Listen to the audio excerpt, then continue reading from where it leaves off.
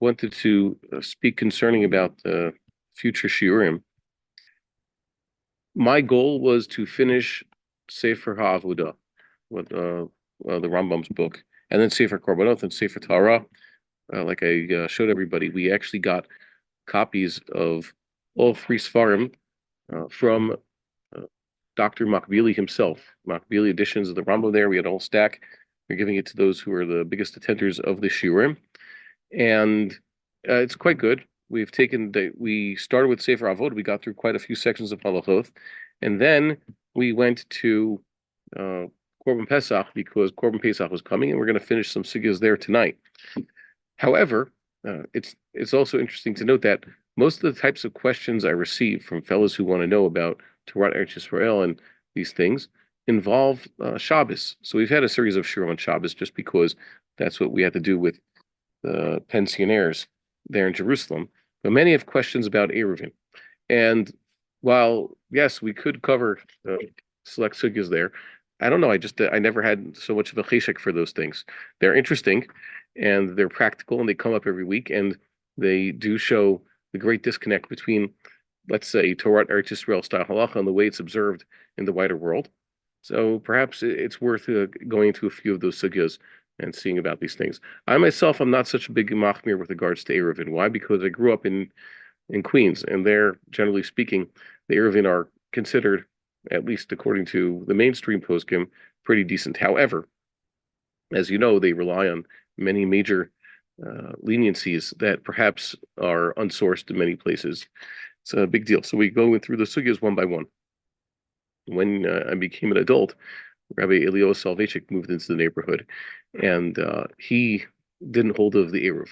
And it wasn't that he was being extra machmir, it's just that briskers, they study the Rambam, and they realized that, yeah, if you have a knowledge of what the Rambam said, and you pretty much agree with his assessment of the Gemaras, a lot of the municipal Eruvin you have in the Western world are not really reliable. Not because the people who are constructing them are unreliable or not trustworthy, it's that the halachic uses are quite questionable. So maybe we want to go into those sugyas. If anybody has an interest in which topics to discuss, please suggest them. I myself have already developing a list. I've been preparing things to discuss. So we'll get to those in the future. So stay tuned. But that doesn't mean we're not going to finish with Korban Pesach and then go back to Seder Avodah. Why? Because you have to. Concerning Torah Eretz Yisrael, why are we doing this?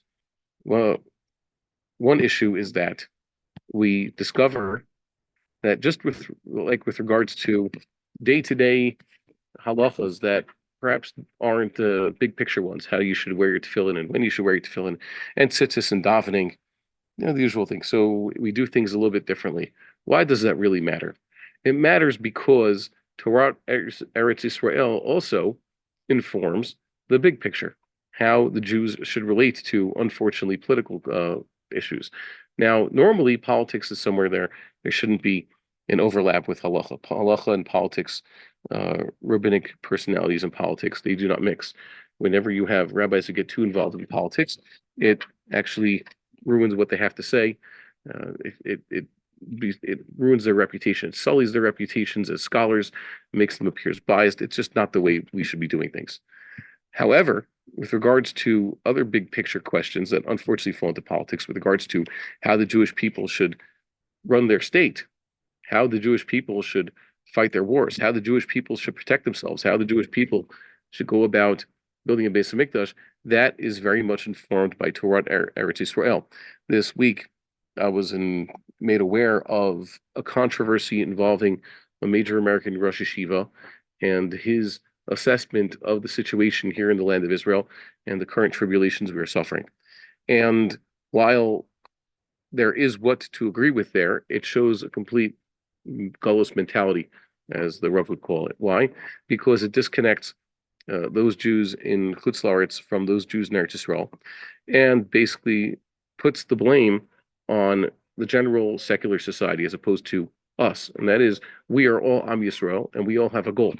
It avoided the bigger question: how should Am Yisrael be running its government?